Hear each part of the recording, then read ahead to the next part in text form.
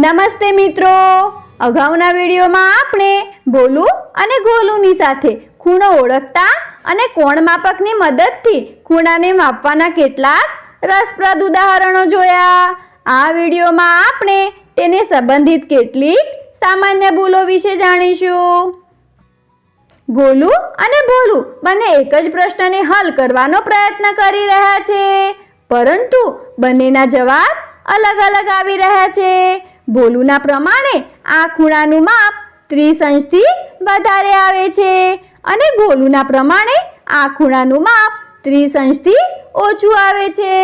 બંનેમાંથી કોનો જવાબ સાચો છે તે જાણવા માટે બંને મામાજી પાસે ગયા। મામાજી, એક જ ખૂણાના બે અલગ અલગ માપ કેવી રીતે હોઈ શકે છે?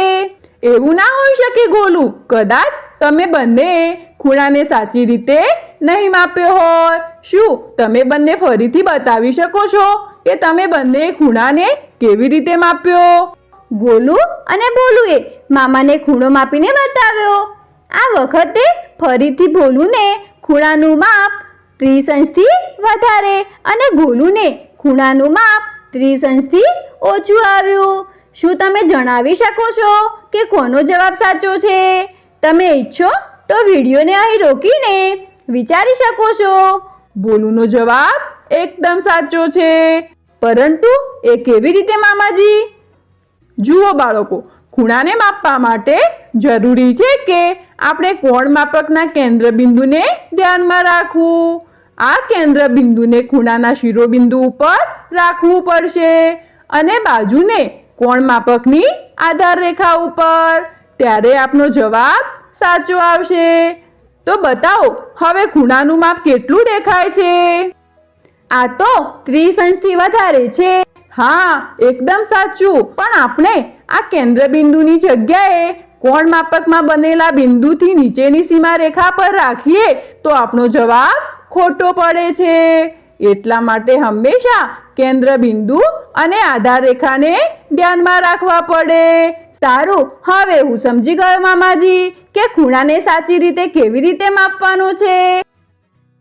ચાલો બાળકો, હવે હું તમને એક પ્રશ્ન પૂછું છું। શું તમે જણાવી શકો છો કે આમાં કયો ખૂણો મોટો છે? મને લાગે છે કે પહેલો ખૂણો બીજા ખૂણાથી મોટો છે, પરંતુ મને તો આ બંને ખૂણા એક જેવા લાગી રહ્યા છે।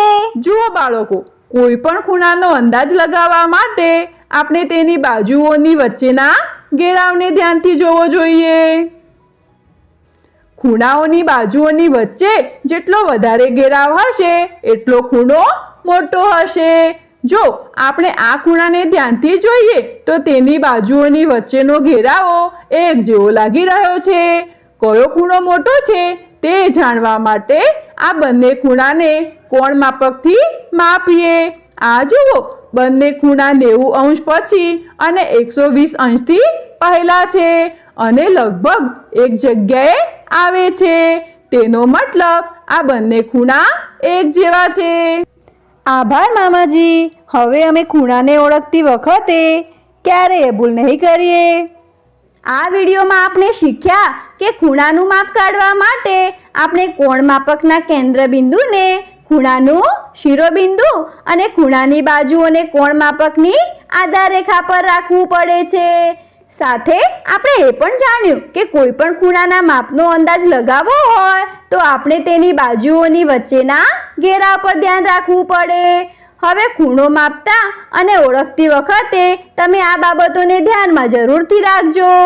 આભાર।